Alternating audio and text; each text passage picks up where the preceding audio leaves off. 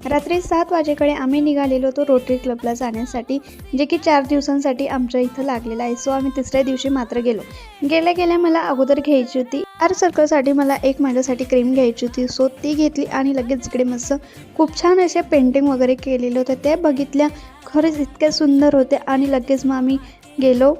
इथं गेल्यानंतर बघितलं तर काही माझी फ्रेंडला मस्त सत्कार वगैरे होत होता, कारण ती राज्यस्तरीयवर 1 नंबर आलेली आहे. पण काहीच खाऊन गेलेली नव्हती. सो त्यासाठी जे काही खायचं ते सर्व काही बाहेर खाणार होतो. त्यानंतर इकडे सगळे खायचे स्टॉल वगैरे लावलेले होते आणि तिथून मग लगेच घराकडे यायला निघालो. तुम्ही बघू शकाल तिकडे खूप छान असे मिरर वगैरे होते. लगेच घरी यायला निघालो. घरी यायला आम्हाला 10:30 वाजलेले होते.